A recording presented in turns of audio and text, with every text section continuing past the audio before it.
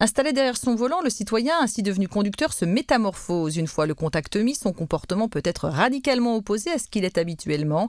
Jean-Marc Bellet, docteur en psychologie du conducteur et par ailleurs auteur d'un CD sur le stress au volant. Le comportement change en fonction d'ailleurs du type de véhicule. La moto où l'on prend beaucoup de risques, on se fait plaisir. Le véhicule donc professionnel où là généralement on est le plus attentionné vis-à-vis des autres et de la réglementation routière. Et c'est surtout avec son véhicule personnel que là on se permet le luxe de fantaisie, d'agressivité parfois vis-à-vis des autres usagers. Pourquoi certains conducteurs deviennent-ils agressifs ? La conduite automobile est extrêmement complexe et donc dès qu'on se retrouve derrière le volant, surtout en fonction du comportement des autres et des difficultés qu'on peut avoir sur les routes, ça génère un certain stress et pour surmonter tout cela, eh bien on est dans le champ de l'agressivité qui peut parfois aller jusqu'à donner la mort donc entre deux conducteurs. Alors peut-on conduire sans s'énerver et comment lutter contre ce stress ? Pour certains, c'est la boule à la gorge, d'autres se grattent la tête, ont les mains qui vibrent ou moites. Dès qu'on a ces premiers signes que le stress est là immédiatement, eh bien on prend des contre-mesures. Lorsqu'on a subi vraiment un choc, quelqu'un qui vient de nous faire une queue de poisson, par exemple, on a risqué l'accident.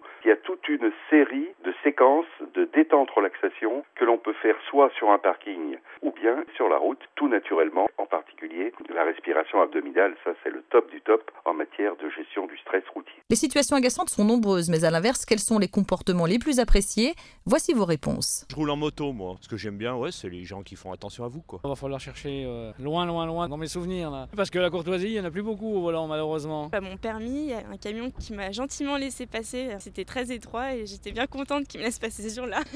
Je devais sortir donc d'une station-service, il y avait énormément de monde qui passait devant et quelqu'un s'est arrêté pour me laisser passer. Sinon, je serais resté un quart d'heure, peut-être plus. Une chose évidente, c'est-à-dire je m'arrête pour laisser passer quelqu'un et ce quelqu'un me fait merci. C'est pas grand-chose, mais moi ça me rend joyeuse pour toute la journée.